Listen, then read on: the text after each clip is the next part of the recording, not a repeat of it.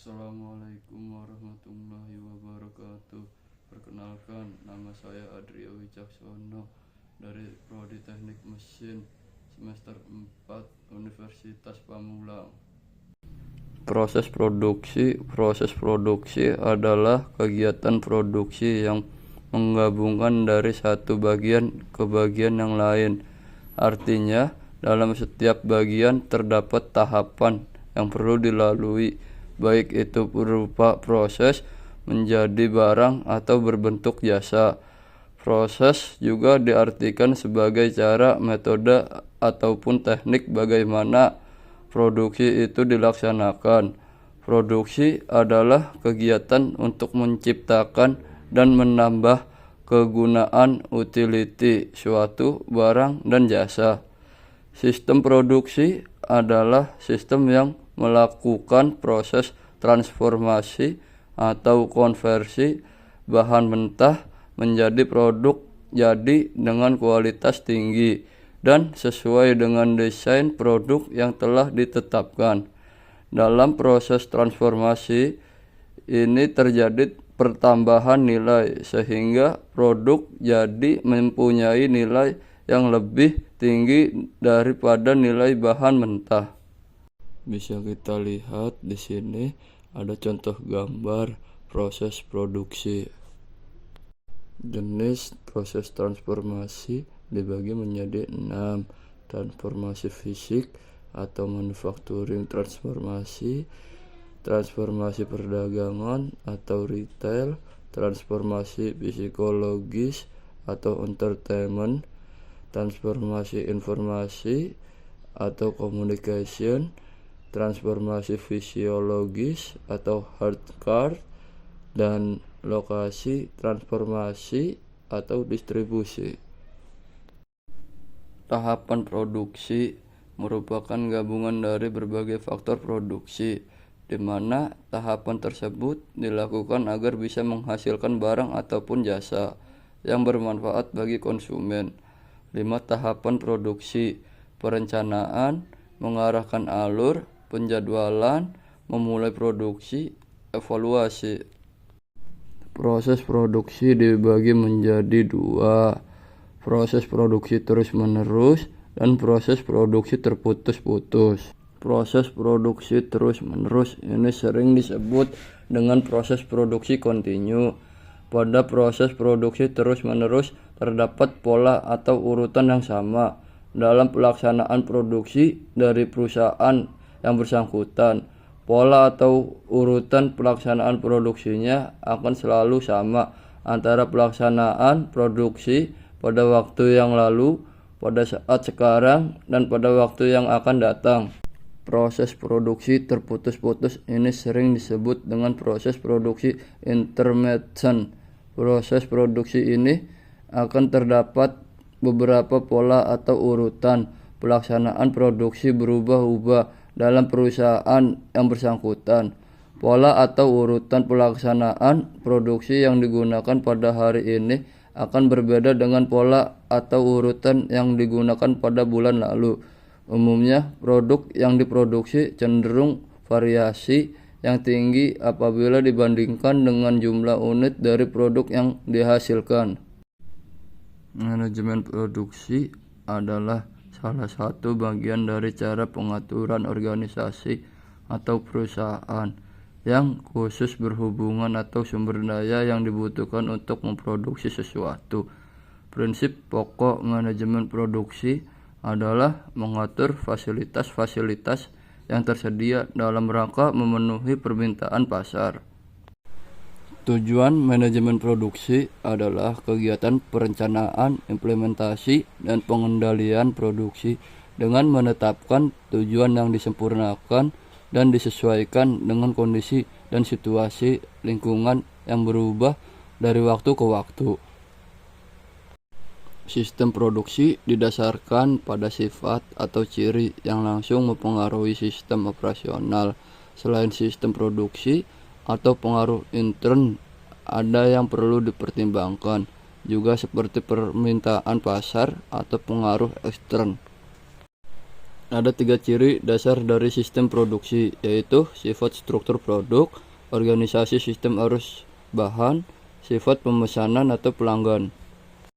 Sifat struktur produk adalah perusahaan untuk membuat produk tunggal atau produk rakitan. Organisasi sistem arus bahan adalah organisasi fungsional, organisasi lini, organisasi grup. Sifat pemesanan atau pelanggan adalah produksi berdasarkan permintaan atau pesanan pelanggan. Produksi berdasarkan persediaan atau produksi massal. Perencanaan dalam produksi. Kapasitas produksi, perencanaan proses, penjadwalan. Desain adalah proses menerjemahkan ide baru atau kebutuhan pasar ke dalam informasi rinci dari mana produk dapat diproduksi. Desain produk selalu bersifat terbuka dan bukan masalah analitis seperti mekanika, struktur, atau termodinamika yang umumnya memiliki jawaban tunggal yang benar. Keterbukaan untuk mempertimbangkan segala kemungkinan merupakan jalan paling baik dalam mendesain produk. Identifikasi persyaratan desain dibagi menjadi 9. Yang pertama, persyaratan kinerja. Persyaratan kinerja menjelaskan atribut komponen yang berfungsi sesuai kebutuhan. Atribut dijelaskan dalam sifat mekanik, elektromagnetik, termal, optik, fisik, kimia, elektrokimia, dan kosmetik. Yang kedua, persyaratan keandalan. Keandalan komponen mengacu pada kemampuan untuk berfungsi selama periode penggunaan tertentu. Kondisi penggunaan yang dimaksud adalah paparan suhu tinggi, air, garam, dan getaran. Yang ketiga, persyaratan ukuran, bentuk, dan massa. Biaya untuk pembuatan komponen tergantung pada material yang menyusun komponen proses manufaktur yang digunakan. Apakah komponen disebut khusus, kuantitas material atau komponen yang dibeli, dan kualitas material. Yang keempat, persyaratan biaya. Yang kelima, persyaratan manufaktur dan perakitan. Yang keenam, standar industri. Yang ketujuh, peraturan pemerintah. Yang kedelapan, persyaratan kekayaan intelektual. Yang kesembilan, persyaratan keberlanjutan. Desain mekanis berkaitan dengan prinsip-prinsip fisika, berfungsi dengan tepat, dan produksi sistem mekanisnya. Desain industri yang membahas tentang pola, warna, tekstur, dan daya tarik konsumen tidak dapat diabaikan. Tahapan utama adalah desain mekanis yang baik dan tata cara pemilihan material dan proses. Untuk itu, perlu dikembangkan sebuah metodologi untuk memilih material dan proses yang berkaitan dengan desain dan persyaratan fungsional desain sebagai inputan. Berikut ini contoh diagram alir desain yang menunjukkan bagaimana memilih alat desain dan material. Dalam pengembangan desain adaptif, menggunakan konsep yang sudah ada dengan menyempurnakan prinsip kerja. Penggantian logam dengan polimer dalam peralatan rumah tangga, serta karbon menggantikan kayu dalam barang-barang olahraga. Peluang pasar pada peralatan rumah tangga dan olahraga memiliki peluang yang kompetitif. Desain varian melibatkan perubahan skala atau dimensi atau detail tanpa perubahan fungsi atau metode yang mencapainya, seperti pembersihan boiler, bejana bertekanan, dan turbin. Perubahan ukuran juga memerlukan perubahan material, seperti perahu kecil terbuat dari fiberglass, sedangkan kapal besar terbuat dari baja. Boiler kecil terbuat dari tembaga, sedangkan boiler besar terbuat dari baja. Demikian seterusnya. Berikut ini contoh diagram alir desain yang menunjukkan bagaimana memilih alat desain dan material. Dua hal penting dalam pemilihan bahan adalah yang pertama, identifikasi profil material yang diinginkan. Yang kedua, membandingkannya dengan material teknik di lapangan untuk memperoleh kesesuaian yang terbaik. Strategi pemilihan bahan.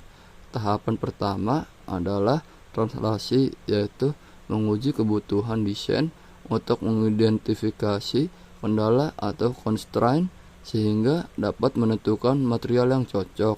Yang kedua, material yang ada di sekitar kita sangat banyak. Untuk itu, perlu dilakukan pemilihan melalui penyaringan atau screening dan pemeringkatan atau ranking atas material kandidat yang memiliki kemampuan dan kinerjanya yang maksimal.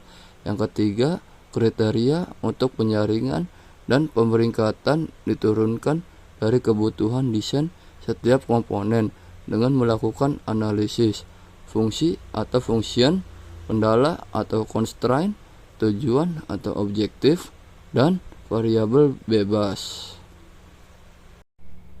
Prosedur pemilihan bahan, translasi dan penurunan indeks material. Secara singkat, translasi dapat dilakukan dengan tindakan berikut ini. Yang pertama, mendefinisikan persyaratan desain. Yang kedua, membuat daftar kendala atau tidak luluh, tidak batch link, dan mengembangkan persamaan untuk itu. Yang ketiga, mengembangkan persamaan untuk tujuan persyaratan fungsional, geometri, dan sifat material atau fungsi tujuan. Yang keempat, mengidentifikasi variabel bebas. Yang kelima, mengganti variabel bebas dari persamaan kendala ke fungsi tujuan. Yang keenam, kelompokkan variabel ke dalam persyaratan fungsi F, geometri G, dan sifat material M. Yang ketujuh, membaca indeks material menyatakan sebagai nilai M dan mengoptimalkan metrik kinerja P. M adalah kriteria excellent. Screening menentukan batasan atribut. Setiap desain memiliki tuntutan tertentu yang tidak dapat dinegosiasikan atau kendala pada material yang digunakan. Plot batasan atribut sebagai garis tegak atau mendatar pada diagram sifat material. Jika desain menentukan batasan pada E lebih besar daripada 10 GPa dan R lebih kecil daripada 3000 kg per meter kubik, area optimal dibatasi dengan garis kotak dengan tulisan screen region. Sifat yang kurang dapat diukur seperti ketahanan korosi, ketahanan aus, atau kemampuan dibentuk dapat muncul sebagai batas dengan bentuk A lebih besar daripada A atau A lebih kecil daripada A. A adalah atribut atau layanan suhu dan A adalah nilai kritis atribut dengan ketentuan atau harus melebihi atau tidak boleh melebihi. Bisa kita lihat di sini ada contoh gambar diagram skema.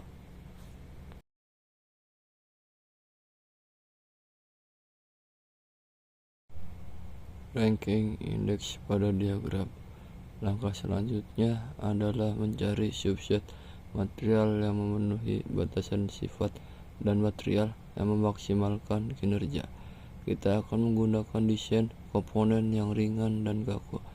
Bisa kita lihat contoh gambar di samping menunjukkan plot modulus E dengan densitas P pada skala log. Langkah terakhir adalah mengeksplorasi karakter material secara mendalam. Daftar kendala biasanya berisi beberapa yang tidak dapat dinyatakan sebagai batas atribut sederhana. Banyak kendala yang berhubungan dengan perilaku material dalam lingkungan tertentu atau aspek-aspek cara material dapat dibentuk, digabung, atau di finishing. Proses dan pemilihan proses. Proses adalah metode membentuk, menggabung, atau finishing material. Pemprosesan memiliki fungsi ganda. Yang pertama adalah membentuk, menggabung, dan finishing. Yang kedua adalah mengendalikan properti. Bisa kita lihat contoh gambar di samping. Proses tahapan produksi. Yang pertama, planning atau perencanaan. Yang kedua, routing atau penentuan alur. Yang ketiga, scheduling atau penjadwalan. Yang keempat, dispatching atau pengiriman. Yang kelima, evaluasi. Perencanaan.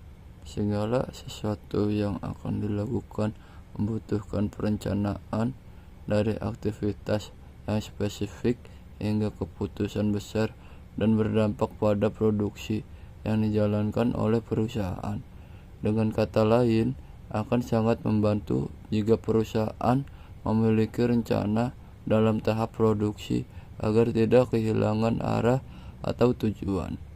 Terutama di industri logistik, proses perencanaan ini merupakan tahapan yang menentukan beberapa hal, seperti produk apa yang akan dibuat, berapa banyak bahan baku yang digunakan, berapa biaya yang dibutuhkan, dan berapa banyak tenaga kerja yang diperlukan untuk menyelesaikan produksi. Routing atau penentuan alur. Routing atau penentuan aliran akan menentukan urutan kegiatan dari proses produksi. Hal yang menjadi fokus pada tahapan ini akan dimulai dari pengolahan awal bahan baku, pembentukan, pemolesan, finishing, quality control, hingga distribusi barang-barang. Pada tahap ini, kamu harus menentukan aliran secara akurat dan efisien agar bisa berjalan dengan efektif. Scheduling atau penjadwalan. Penjadwalan ini akan menentukan kapan produksi harus dilakukan setelah alur selesai dibuat. Dalam pelaksanaannya, penjadwalan mempertimbangkan jam kerja pekerja dan lamanya setiap alur produksi. Secara umum, perusahaan akan membutuhkan jadwal induk yang kemudian dibagi atau dipecah menjadi beberapa rencana yang lebih rinci. Dispatching atau pengiriman. Tahapan ini akan menetapkan proses pemberian pesanan untuk memulai produksi setelah jadwal produksi ditetapkan. Untuk proses ini, perusahaan akan menyertakan hasil dari tahapan-tahapan sebelumnya, mulai dari bahan baku, alur produksi, hingga waktu produksi. Jika tahapan ini dapat dilakukan dengan sukses, kamu bisa berharap lebih jika proses produksi bisa berjalan dengan lancar. Evaluasi. Tahapan ini merupakan tahapan akhir dari proses produksi. Tahapan ini untuk mengukur penilaian produksi yang terjadi pada di lapangan dengan perencanaan yang dibuat sebelumnya. Evaluasi ini dapat membantu untuk proses produksi selanjutnya agar pelaksanaan sesuai dengan perencanaan. Tujuan tahapan produksi dibagi menjadi 6. Yang pertama, sebagai langkah dalam menghasilkan barang ataupun jasa. Yang kedua, sebagai langkah untuk bisa mempertahankan kelangsungan usaha dalam berbagai skala. Yang ketiga, meningkatkan nilai dari barang maupun jasa yang menjadi hasil produksi. Yang keempat, menghasilkan keuntungan sesuai budget guna mencapai kesejahteraan sebagaimana yang diharapkan. Yang kelima, menghasilkan produk yang mampu memenuhi permintaan pasar baik di level domestik maupun mancanegara. Yang keenam, menjadikan hasil produksi untuk mengganti produk yang sudah rusak ataupun expired, serta menggantikan barang yang sudah habis terpakai. Pengujian sifat mekanik bahan. Sifat mekanis sangat penting diketahui dalam merancang suatu peralatan atau mesin atau dalam perhitungan konstruksi. Informasi mengenai spesifikasi bahan teknik dapat dilakukan dengan uji tarik dengan menggunakan alat uji tarik. Sebagai contoh gambar alat uji tarik dan sebagai contoh gambar spesimen uji tarik. Di sini kita bisa lihat contoh gambar pengujian tarik dilakukan dengan pemberian beban aksial secara berangsur-angsur dengan kontinu sampai spesimen material yang diuji putus. Pengukuran besaran tegangan dan regangan diperoleh dalam diagram Hooke. Kurva tegangan versus regangan menunjukkan hubungan antara tegangan akibat tarikan dengan terjadinya regangan pada spesimen uji. Kurva tegangan regangan menunjukkan hubungan antara tegangan akibat tarikan dengan terjadinya regangan pada spesimen uji. Di sini kita bisa lihat rumus persamaan di antara sifat mekanis. Yang terpenting adalah tegangan tarik, modulus elastis, dan regangan atau pemanjangan. Ketiga sifat ini dapat ditentukan dengan persamaan di bawah ini. Sini ada contoh rumus persamaan. Di sini ada sebuah contoh soal. Sebuah tinjau batang baja yang mempunyai panjang L sama dengan 2,0 meter. Apabila dibebani tarik yang cukup besar, batang tersebut dapat memanjang sebesar 1,4 mm. Hitung berapa regangannya. Jawab. Diketahui L sama dengan 2,0 meter, sigma sama dengan 1,4 mm. Ditanyakan epsilon sama dengan tanda tanya. Jawab. Epsilon sama dengan sigma per L sama dengan 1,4 per 2,0 sama dengan 0,0007 sama dengan 700 dikali 10 pangkat min 6. Bisa kita lihat di sini ada contoh gambar pengujian tarik. Pada bagian tengah dari batang uji atau pada bagian yang paralel merupakan bagian yang menerima tegangan yang uniform, dan pada bagian ini disebut panjang ukur, yaitu bagian yang dianggap menerima pembebanan. Bagian ini yang selalu diukur panjangnya selama proses pengujian.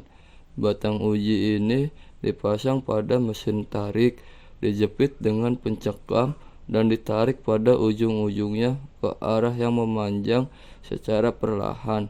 Pada penarikan setiap saat dicatat atau tercatat dengan grafik yang tersedia pada uji tarik, besarnya gaya tarik yang bekerja dan besarnya pertambahan panjang yang terjadi sebagai akibat dari gaya tarik tersebut.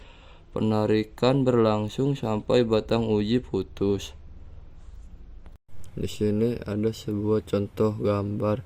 Data yang diperoleh dari mesin tarik biasanya dinyatakan dengan grafik beban dan pertambahan panjang atau grafik P strip AL. Grafik ini masih belum banyak digunakannya karena hanya menggambarkan kemampuan batang uji atau bukan kemampuan tarik untuk menerima beban atau gaya.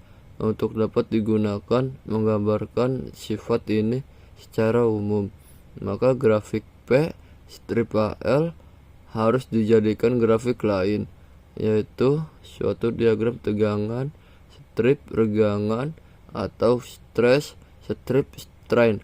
Disebut juga suatu diagram A strip epsilon, kadang-kadang juga disebut diagram tarik. Di sini ada sebuah rumus A sama dengan P per AO, di mana AO sama dengan luas penampang batang uji Mula-mula juga pada saat itu, pada batang uji terjadi regangan yang besar. Epsilon sama dengan AL per LO sama dengan L strip LJ per LO, di mana LO sama dengan panjang uji mula-mula, L sama dengan panjang uji saat menerima beban. Keuletan atau ductility menggambarkan kemampuan untuk berdeformasi secara plastik tanpa menjadi patah, dapat diukur dengan besarnya regangan plastik yang terjadi setelah batang uji putus. Keuletan biasanya dinyatakan dengan persentase perpanjangan atau percentage elongation. Di sini juga ada sebuah rumus delta L sama dengan LF min LO per LO dikali 100%. LO sama dengan panjang awal, LF sama dengan panjang log length setelah putus. Di sini ada sebuah contoh gambar persentase perpanjangan 25% pada log length 50 mm. Secara grafik, persentase perpanjangan dapat diukur pada diagram, yaitu dengan menarik garis dari titik patah B sejajar dengan garis elastik hingga memotong absis D. Pada panjang DC adalah regangan elastik, panjang OD adalah daerah plastik. Di sini juga ada sebuah rumus keuletan juga dapat dinyatakan dengan persentase pengurangan luas penampang atau percentage reduction in area. A sama dengan AO min AF per AO dikali 100%. AO sama dengan luas penampang batang uji mula-mula.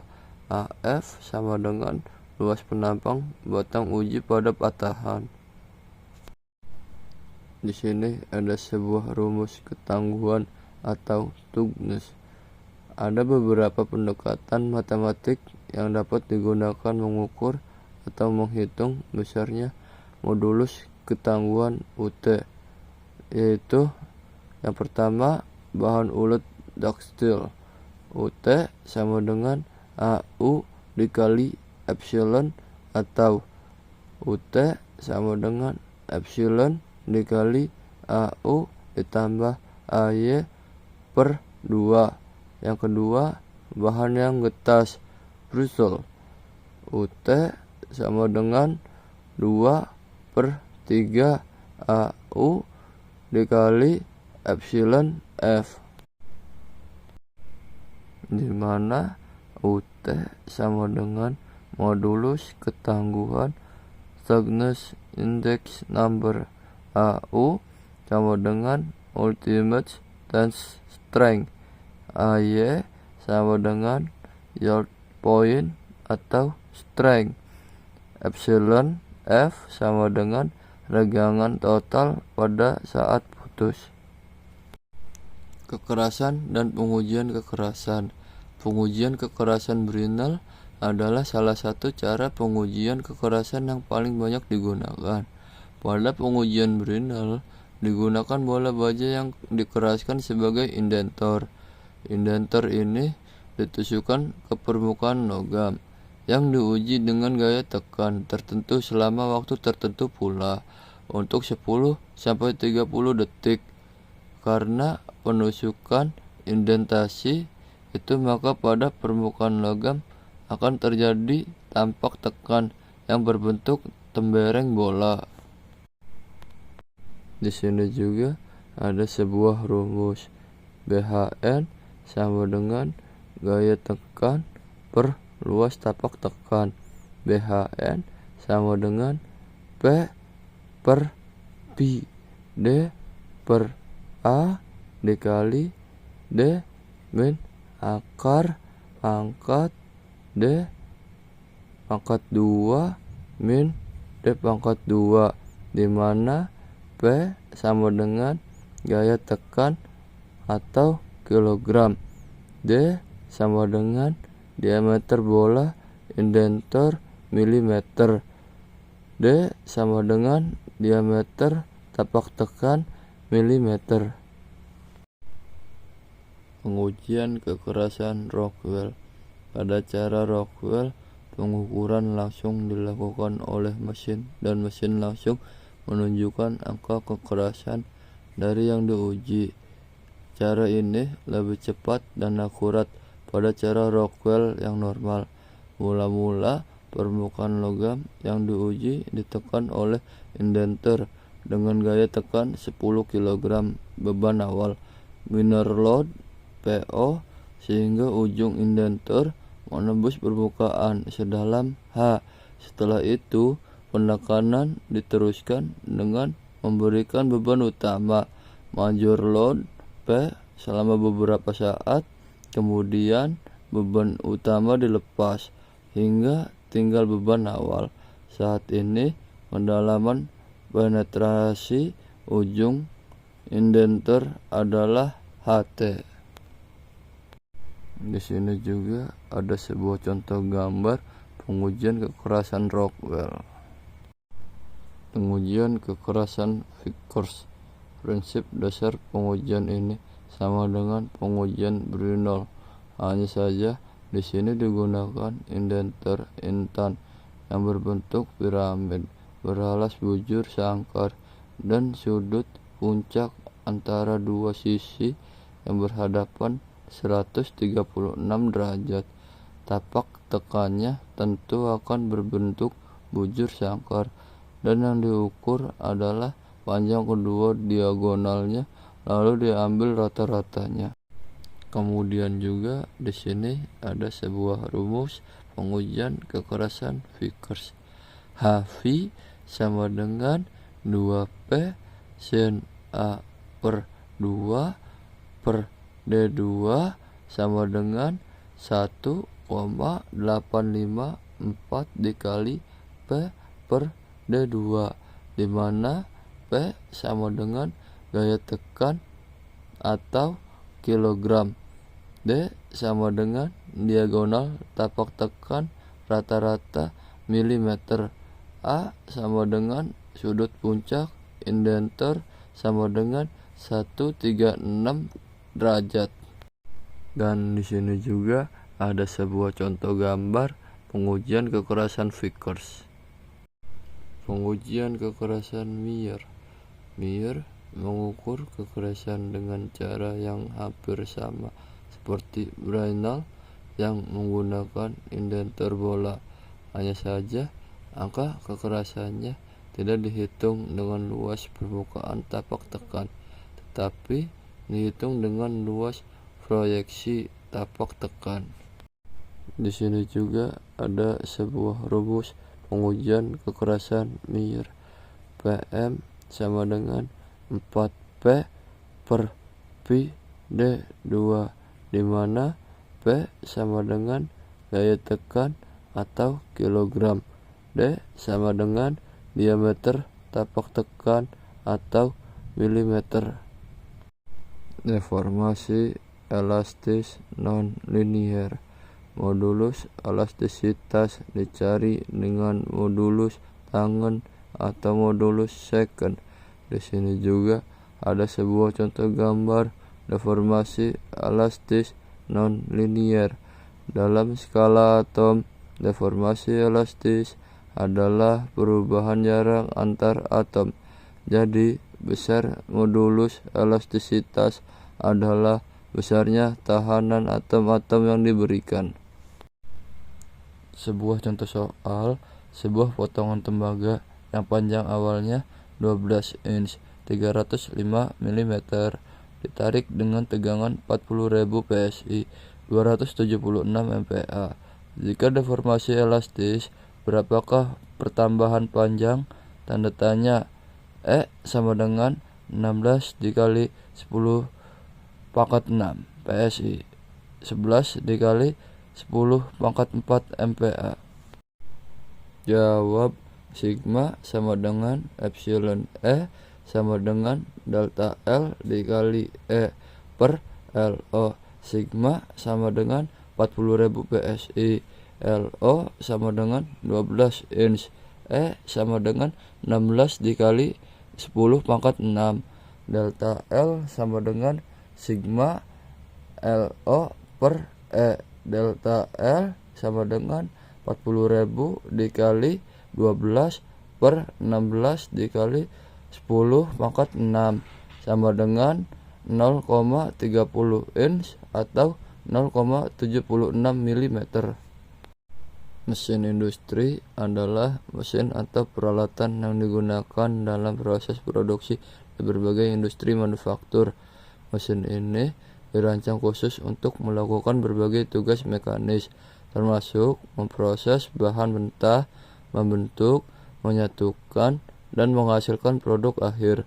Mesin industri biasanya beroperasi secara otomatis. Mesin industri bisa memiliki berbagai ukuran dan fungsi, serta terhadap berbagai teknologi dan aplikasi di dalamnya, seperti mesin penggilingan, mesin bubut, mesin pemotong laser, mesin pres, dan banyak lagi. Berikut adalah beberapa jenis mesin industri yang umum digunakan. Yang pertama, mesin milling. Yang kedua, mesin bubut. Yang ketiga, mesin bor. Yang keempat, mesin pemotong laser. Yang kelima, mesin pres. Yang keenam, mesin injeksi plastik. Mesin milling press CNC adalah alat potong yang dioperasikan oleh mesin yang diprogram dan dikelola oleh sistem komputer numerical control atau CNC untuk menyingkirkan atau memotong material dari benda kerja secara akurat. Di sini juga ada sebuah contoh gambar mesin milling press CNC. Turning atau bubut adalah proses pemesinan di mana menggunakan single atau satu alat berupa pahat untuk membuang sebagaimana material dari permukaan benda kerja dalam bentuk gram atau chip melalui perputaran dari benda kerja silinder. Salah satu fungsi utama teknik bubut adalah untuk membentuk bidang datar pada benda kerja. Penggunaan pisau bubut yang tepat dan mengatur gerakan benda kerja dengan cermat dapat membuat mesin bubut mampu menghasilkan permukaan yang halus dan rata. Di sini juga ada sebuah contoh gambar turning atau mesin bubut. Mesin drilling adalah suatu operasi pembuatan lubang pada logam menggunakan mesin drilling dan mata bor atau drill sebagai alat pemotongnya. Saat ini mesin drilling telah menjadi salah satu peralatan mesin yang sangat penting dalam workshop untuk berbagai pengerjaan logam atau metalworking. Proses drill dimaksudkan sebagai proses pembuatan lubang bulat dengan menggunakan mata bor atau twist drill. Di sini juga ada sebagai contoh mesin drilling.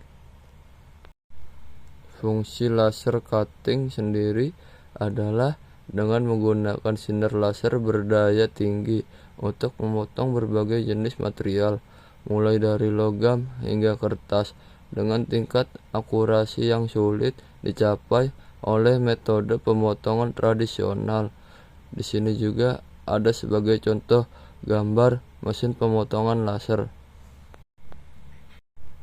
Mesin injection molding adalah jenis mesin yang digunakan untuk mencetak produk dengan cara memasukkan material cair ke dalam cetakan dan mengeraskannya menjadi bentuk yang diinginkan.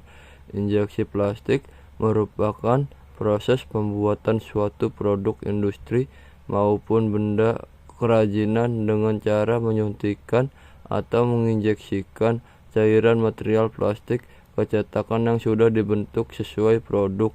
yang diinginkan. Untuk pembuatannya tentu melibatkan penggunaan mesin untuk injeksi plastik. Mesin injeksi molding memungkinkan produksi produk plastik dalam jumlah besar dan dengan waktu produksi yang singkat. Hal ini membuat produksi menjadi lebih efisien dan memungkinkan perusahaan untuk meningkatkan volume produksi. Di sini juga ada sebuah contoh gambar mesin injection molding. Mesin press adalah mesin yang dirancang untuk menghasilkan lembaran metal dan juga untuk membengkokkan lembaran logam dengan sudut tertentu sesuai dengan kebutuhan. Mesin press terdiri dari 3 bagian utama yang disebut frame, ram, dan bed. Mesin press tersedia dalam 3 pilihan berdasarkan tenaga yang digunakan, yakni mesin press manual, mesin press hidrolik, dan mesin press mekanikal. Jenis-jenis mesin press dibagi menjadi 3. Yang pertama, mesin press manual. Ini mengandalkan tenaga manusia. Pada mesin ini terdapat setir yang biasa digerakkan oleh operator untuk menaikkan dan menurunkan piston. Mesin press manual ini hemat biaya operasional, harganya lebih murah dan mudah dalam penggunaannya. Yang kedua, mesin press hidrolik adalah mesin press yang bekerja berdasarkan teori hukum Pascal, yakni memanfaatkan tekanan diberikan pada cairan untuk menekan atau membentuk. Komponen utama pada mesin ini adalah piston silinder pipa, hidrolik, dan beberapa komponen pendukung lainnya. Mesin ini memiliki daya tahan yang lebih baik jika dibandingkan dengan mesin press bertenaga listrik. Mesin ini juga memiliki akurasi yang terkontrol. Perawatannya terbilang mudah dengan penggantian oli hidrolik secara berkala setiap 2000 jam pemakaian. Yang ketiga, mesin press mekanikal menggunakan sistem mekanikal dengan memakai flywheel yang digerakkan oleh elektromotor, lantas diteruskan ke crankshaft dan kemudian menggerakkan slide naik turun. Di Indonesia, mesin press mekanikal masih memiliki kekuatan daya tekan yang terbatas, yakni hanya sampai 2.500 ton saja. Berbagai jenis mesin press tersebut digunakan pada industri kecil hingga industri besar. Di sini juga ada sebuah contoh gambar mesin press. Sifat kimia meliputi reaksi antara logam dengan oksigen di udara atau pengkaratan. Kadar bahan beracun kemungkinan bereaksi dengan garam, asam, dan basa. Bisa kita lihat contoh gambar ikatan logam. Ikatan logam adalah ikatan kimia yang terbentuk akibat penggunaan bersama elektron-elektron valensi antar atom-atom logam. Senyawa yang terbentuk hasil dari ikatan logam dinamakan logam, atau jika semua atom adalah sama. Ikatan kimia antar atom-atom penyusunan logam bukanlah ikatan ion ataupun ikatan kovalen. Terdapat suatu jenis ikatan yang dapat mengikat atom-atom logam, yakni ikatan logam. Teori lautan elektron yang ditemukan oleh Drude dan Lorentz. Menurut teori ini, kristal logam tersusun atas kation-kation logam yang terpatri di tempat atau tidak bergerak, dikelilingi oleh lautan elektron valensi yang bergerak bebas dalam kisi kristal. Ikatan logam terbentuk akibat adanya gaya tarik-menarik antara muatan positif dari inti atom logam dan muatan negatif dari elektron valensi yang bebas bergerak dalam kisi kristal. Derajat ikat atau ori ikat adalah sebuah bilangan yang mengindikasikan jumlah pasangan elektron yang terbagi di antara atom-atom yang membentuk ikatan kovalen. Istilah ini hanya berlaku pada molekul diatomik. Walaupun demikian, ia juga digunakan untuk mendeskripsikan ikatan dan senyawa poliatomik. Ikatan kovalen yang paling umum adalah ikatan tunggal dengan hanya satu pasang elektron yang terbagi di antara dua atom. Ia biasanya terdiri dari satu ikatan sigma. Semua ikatan yang memiliki lebih dari satu pasang elektron disebut sebagai ikatan rangkap atau ikatan ganda. Ikatan yang berbagi dua pasangan elektron dinamakan ikatan rangkap dua.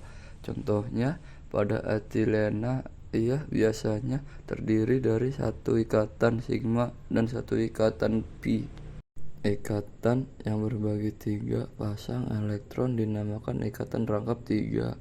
Contohnya, pada hidrogen cyanida ia biasanya terdiri dari satu ikatan sigma dan dua ikatan pi. Ikatan rangkap 4 ditemukan pada logam transisi. Molybdenum dan rhenium adalah unsur yang umumnya memiliki ikatan sejenis ini. Contoh ikatan rangkap ditemukan pada di tungsten tetra. Ikatan rangkap 5 telah ditemukan keberadaannya pada beberapa senyawa dikromium. Ikatan rangkap 6 ditemukan pada molybdenum dan tungsten diatomik. Diagram LDS tidak dapat memberitahukan kita atom mana yang berikatan rangkap atom pertama dan kedua yang berikatan dengan atom pusat memiliki probabilitas yang sama untuk memiliki ikatan rangkap. Dua struktur yang memungkinkan ini disebut sebagai struktur resonansi. Pada kenyataannya, struktur ozon adalah hibrid resonansi antara dua struktur resonansi yang memungkinkan. Kasus resonansi yang khusus terlihat pada atom-atom yang membentuk cincin aromatik atau contohnya benzena.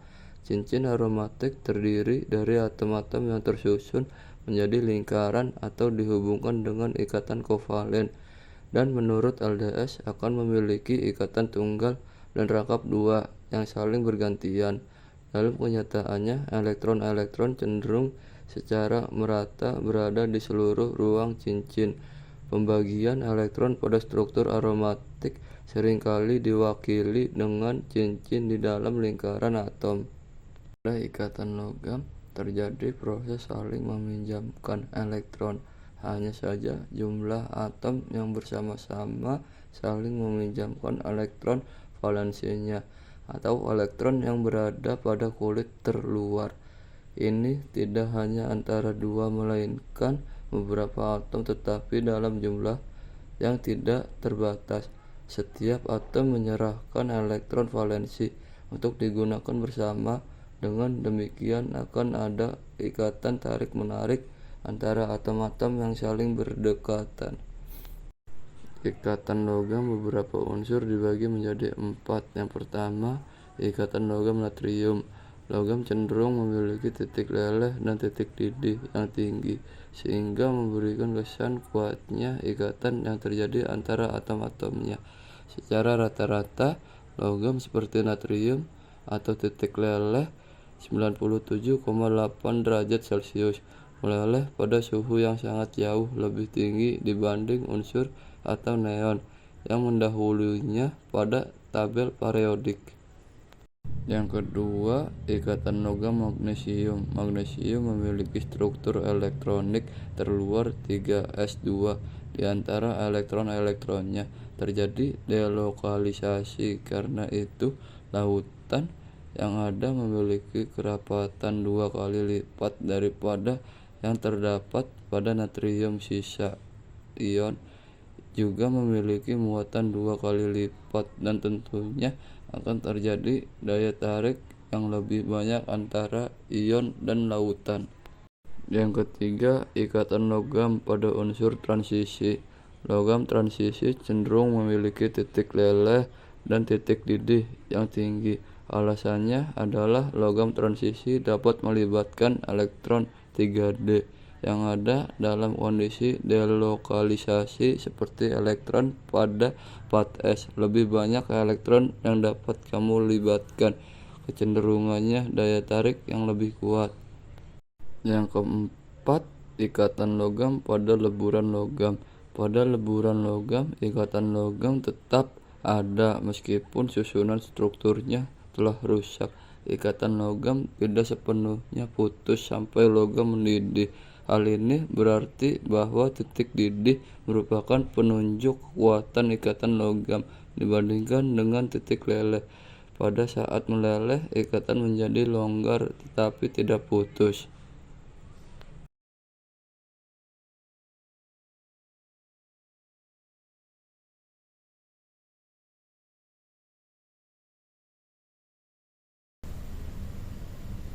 Sekian video presentasi dari saya, kurang lebihnya saya mohon maaf. Wassalamualaikum warahmatullahi wabarakatuh.